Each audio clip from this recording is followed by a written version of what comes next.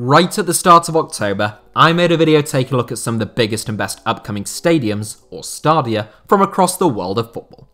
That was all well and good as a standalone video, which is all I initially planned for it to be, but on Thursday night I had a light bulb moment, much like Isaac Newton seeing that apple fall while sat beside a tree in Grantham. If I can do a video about the largest upcoming stadiums, why not do one about the largest ex-stadiums as well? I know, it's a form of genius that is wasted on this platform, but enjoy it whilst it lasts. As with the last time out, I'm only concerned with stadiums built to host association football, either primarily or at least temporarily as a function of the ground, so there'll be no Circus Maximus in Rome or the Hippodrome in modern-day Istanbul. The only other criteria, naturally, is that the stadium has to have either been totally demolished or closed down.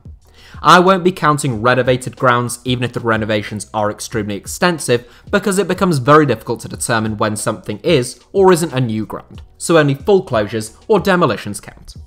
The stadiums are ranked by size based upon either their record attendance or maximum capacity, whichever was the highest. Here are the 7 largest football stadiums that no longer exist. White City Stadium.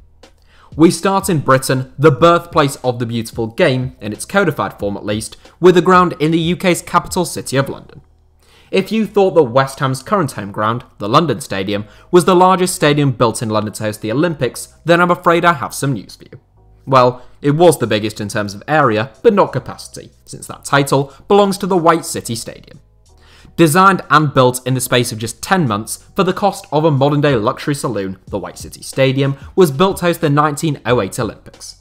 Whilst the 2012 Olympic Stadium was based in East London, the White City Stadium, as those of you familiar with the City of London will know, was based in West London, in the borough of Hammersmith and Fulham. The stadium had a capacity of 68,000 when it opened, but that was extended to 93,000 at the stadium's peak. Given that it takes 7th place, you can probably deduce that we're dealing with some seriously massive structures in this 7. The White City Stadium played host to a myriad of different sports, football included, with Queen's Park Rangers spending 3 seasons in the old ground. At the 1966 World Cup, when the owner of Wembley Stadium refused to reschedule a greyhound race, White City Stadium was the emergency replacement for a game between France and Uruguay. The stadium closed in 1984, demolished in 1985, and replaced by the BBC's Media Village, before the BBC sold the buildings in 2015 and developers turned it into a business district. Kirov Stadium. The Kirov Stadium was an enormous arena named after a man of enormous significance to the history of Russia. The Kirov Stadium took a whopping 18 years to build, from start to finish, compared to just 10 months in the case of the White City Stadium. Construction began in 1932, but was delayed by the difficulties in laying the groundworks for an artificial mound on Krestovsky Island on the Gulf of Finland. Construction suffered another setback with the arrival of the Second World War, and even with thousands of Soviet military personnel conscripted to help build the ground after the war, it still didn't open until 1950. When it opened though, it became the largest stadium in the Soviet Union, and among the largest on Earth. The home of Zenit St. Petersburg from 1950 up until 1989, the stadium could hold 100,000 people, although the record attendance of 110,000 was set in 1951 as Zenit faced CSKA in Moscow, with additional temporary seating having been introduced. The ground effectively shut in 1994 in terms of hosting major events, although Zenit returned for one last game in 2006. The stadium was demolished in 2007, and Zenit's new home ground, the Krestovsky Stadium, was opened on the same site in 2017. The Kirov Stadium was named after Sergei Kirov, which is a name that will be familiar to anyone with an interest in the Russian Revolution. Kirov was a Bolshevik revolutionary who was shot dead in St. Petersburg in 1934. Kirov's assassin and believed accomplices were sentenced to death in a show trial, and Stalin would use Kirov's assassination as political capital to justify the Soviets' Great Purge and a great deal of future repression in the years that followed. West Ham Stadium. If I were to ask you which football team played their home games at the West Ham Stadium, you would of course say Thames Association FC, and I would say congratulations, you are correct. Hopefully none of you will be foolish enough to fall into the Alan Davies QI-esque trap of saying West Ham, since despite being based in the old county borough of West Ham in what was then Essex, West Ham United never actually played at the West Ham Stadium. The ground was built to host speedway and greyhound racing midweek, and then ball sports on the weekend, and it opened in 1928. Former Football League club Thames Association played at the ground, which could hold 120,000 fans, but with stiff competition from more established local sides, Thames Association struggled for support. In fact, despite their mammoth ground, the club set the record for the Football League's lowest ever attendance of just 469 people for a game against Luton Town, and they were dissolved in 1932, having finished bottom of the Football League. The West Ham Stadium continued to host other sporting events up until 1972, when it closed down for good. The stadium was sold for £475,000, and there are now more than 200 of our tiny little English shoebox houses based on the site of the old stadium. ZENTRALSTADION. Those of you like me who are fluent in German will know that ZENTRALSTADION just means Central Stadium. The Soviets weren't the most creative with their names sometimes, so there were many central stadiums within the Soviet sphere of influence, or Soviet bloc, during the Soviet era. And yes, I may just have said Soviets almost as frequently as a bald and bankrupt video there. Anyhow, I should clarify that this central stadium was in the East German city of Leipzig. Built in exactly a year and 5 months, at a time when Leipzig had hopes of hosting the Olympic Games, the stadium was designed by the famous architect Werner Mark, who designed the Olympiastadion in Berlin as well. The Zentralstadion was nicknamed the Stadion der 100.000 upon completion, meaning the stadium of 100,000, since that was the ground's capacity. The stadium still holds the record for the highest attendance for a football match in Germany, and some claim 120,000 fans crammed into the stadium on occasion.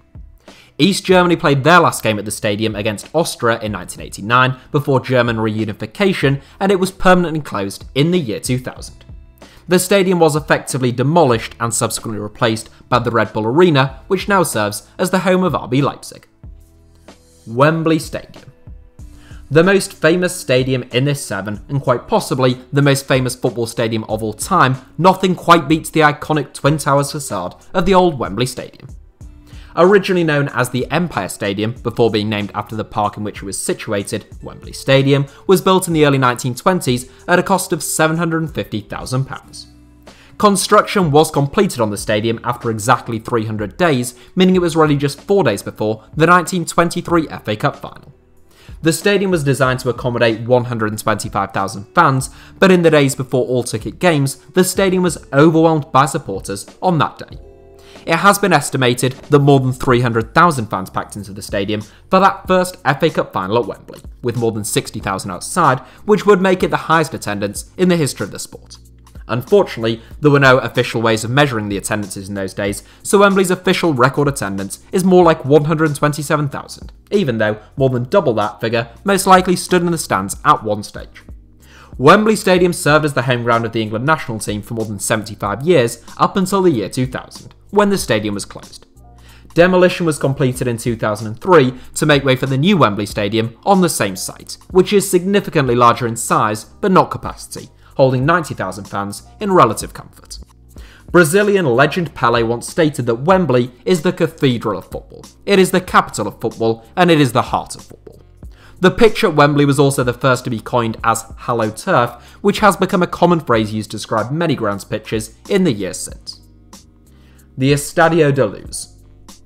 Much like Wembley Stadium, the Estadio da Luz was a massive old ground, which has since been knocked down and replaced by a new stadium bearing the same name on the same site. The Estadio da Luz, meaning the Stadium of Light, was first built to accommodate Portuguese giants Benfica in 1954. The Portuguese had a bit of a knack for building brilliant stadiums and were ahead of the curve in relation to their European counterparts at the time. At its peak, the Estadio da Luz had an official capacity of 120,000. Meanwhile, the stadium's record attendance was set for the Clásico between Benfica and Porto, when 135,000 fans crammed it to the ground. The stadium's demise began in the 1990s when it became an all-seater with a reduced capacity of 78,000. When Portugal won the bid to host Euro 2004, the initial plans were to renovate the old stadium and bring it up to scratch, but it soon became clear that such a project wasn't viable.